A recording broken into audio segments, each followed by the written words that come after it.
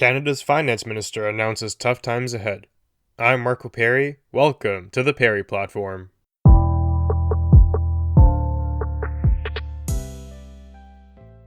Minister of Finance Chrystia Freeland gave a very revealing speech when addressing Canada's current financial reality. Freeland warned that Canada's economy will experience quote-unquote difficult days ahead as interest rates continue to rise. Now, before we get too deep into this, one thing you have to know is that when the government says that times will be tough, that's when you know you're really screwed. The government has all the incentive in the world to paint a very rosy picture for the citizenry. Their very jobs depend on public satisfaction and public perception. If they think you're doing a bad job, well, there goes your job. So, the government coming forward and telling you this, them bracing you for impact, means they see the writing on the wall, and they've evaluated that there is nothing they can do in the short term to dodge it. There's nothing they can do to prevent the impending hardship. So, they might as well own it right now. The government strategists probably believe that it's better to come forward and tell you this now than to wait, because if they wait, then they can be accused of being completely incompetent, being caught off guard, and how could they not expect this to unfold? At least now they're leveling with Canadians and they can always default to we've taken a responsible approach strategy. Now, the Bank of Canada's recent rate hikes to tame the inflation that we're all witnessing is going to do things like increasing borrowing costs for businesses, because for a business to expand, to grow, they need capital. And typically they're going to have to get that capital from another source, such as the bank in the form of a loan. Now, when interest rates go up, these loans become more expensive. And maybe a business could afford a 2% interest rate, but a 6% one, well, maybe that's off the table. That's going to send shockwaves throughout the economy. Then you can also think of it from the consumer perspective. Do you have a mortgage on your house? Well, if it's on a variable term, you're pretty screwed. Are you thinking about buying a house? Well, maybe now your plans are delayed because the mortgage calculators are telling you that your monthly expense would be too much. Do you want to buy a new car? Maybe you have to hold off on that because the rates are just too high. Even appliances. Many people finance those. These are all off the table. So companies will struggle and consumers will struggle as well. And it's a vicious cycle that will likely lead us into a recession. Now, I do have to say though, I believe this course of action is justified. Inflation is just too high and everyone suffers with inflation rates at about 7% as we're seeing currently. That means that year over year, your purchasing power declines dramatically. One thing you have to keep in mind is that a $100 bill is just a piece of paper. What matters is what you can get for it. If today that is your weekly grocery bill for your family, tomorrow it goes up to 107, or rather next year 107. The year after that 7% more, and so on, and this will continue to compound. Before very long, it's obvious that you won't be able to afford anything because it's almost a guarantee the average Canadian's wages are not going to go up 7% a year. In fact, the average inflation adjustment is something along 2%. So that deficit is going to come out of your other expenses. To maintain a similar quality of life, you'll either have to cut back in other areas or earn more money. And that's a difficult choice for many people. Inflation is a dangerous thing, obviously. So doing what we can right now, even if it comes with short-term, uncomfortable consequences, is definitely the way to go. We can't go on with inflation this crazy. Chrystia Freeland, the finance minister, then goes on to say, our economy will slow.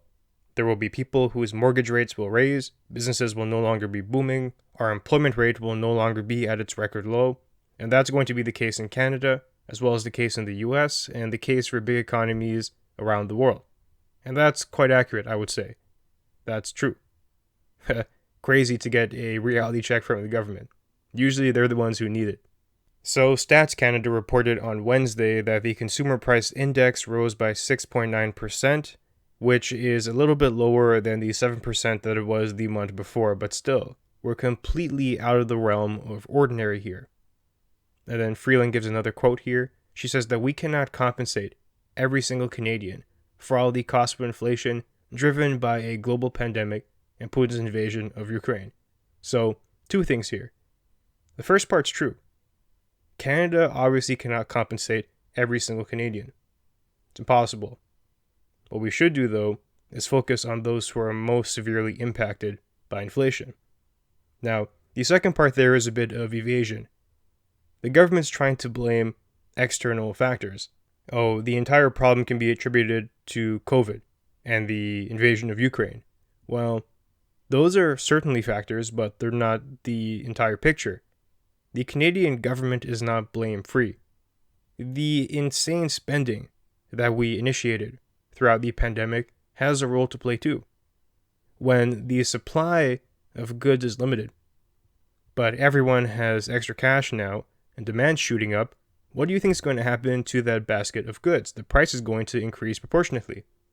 And we can see around the world that, true, every country is experiencing inflation, but they're doing so at different rates. I believe Japan has things quite under control. Other countries have various degrees as well, and Canada isn't the worst, but we're certainly not the best either. The government has to do some reflection here, and I always hate when they try to deflect blame. They're not owning their role in the chaos. Now, although the government refused to name themselves as a guilty party here, and understandably so, at the very least they understand how to move forward. What do I mean by that? Well, Freeland gave this quote. Even she's saying that flooding the country with government support, like the emergency relief benefits Ottawa sent out during the worst of the pandemic, would be like, quote-unquote, pouring fuel on the inflationary flames, and we just make the Bank of Canada's job harder and inflation lasts longer. That's true, and I'm glad she said it. There are many people who seem to be under the delusion that pouring copious amounts of money into the economy is somehow going to have no negative consequences. That's untrue. And at least the Finance Minister of Canada is now realizing that too. Freeland then goes on to give an example similar to the one I just illustrated. She says that with more stimulus money in circulation, there would be more demand for a limited supply of goods and services, which would only push prices higher yet and prompt yet another inflation fight. Exactly true. That's accurate. So it seems like the writing is on the wall. Now the question is, what can you do to prepare? The first thing I would advise everyone here to do is develop an emergency fund. What is that? Well, it's a lump sum of cash that you keep in a secure place, that is the bank, for example, that's easily accessible, and you can use it to pay expenses on a dime, so not in the form of things like stocks, which will require you to sell and can go up and down. You have to keep the store of value secure. And what is this? Well, life is about to get very unpredictable for a lot of people. As Freeland said, things like unemployment are bound to rise. An emergency fund will keep you afloat for a predetermined period of time. So first of all, figure out how much does it cost to keep you alive for a month. Now, I recommend you at least multiply that by 3, 6 to even be safer, and keep that amount of money in cash in your bank, perhaps in a savings account. This way, if something does go wrong, you can afford to survive for a certain amount of time, and it'll give you the opportunity to pursue either a new career or to cover an expense that would have crippled you otherwise and to help you get back on your feet. It's super important to start developing this, and you can plug away at it over time. If you need $10,000 for this fund, but you can only afford to save $500 a month, do that. Build it up over time. It will come clutch when you least expect it. Further, you should examine your budgeting. Everyone has needless expenses that they partake in, whether that's your morning coffee at Starbucks or a breakfast sandwich at McDonald's or an extravagance that you might not need, like an extra shot at the bar. Check that out. Figure out for yourself how much money you would spend if you can cut these things out. And maybe you're in a comfortable position now where you don't have to cut them out, but at least know where money can be saved if you need to. Figuring that out beforehand will be beneficial to you. And finally, if possible, diversify your income streams even a little bit. Whether that's picking up a side hobby that you can use to develop some income, like for example, 3D printing signs for companies, or something that you like. Maybe you're into a certain hobby like fishing and you can find a way to use that to supplement some meals. It's not an income generator, but it's income saver. Perhaps even learning a new skill that's in high demand in the market. Anything related to programming or tech would be a good place to start. This will position you well for any issues that do arise due to employment shortages and labor cutoffs. Now, the only thing we can hope for is that the pain and the recession is short-lived. I am optimistic that will be the case, but it does remain to be seen. As always, I'll keep you up to date on the latest in that regard. Now with that, it does bring us to the end of our conversation for today. If you enjoyed the content, be sure to leave a review and share. They'll help us grow. And you can find me online at perryplatform.org and on social media at perryplatform. Thanks for joining me, and I'll see you soon.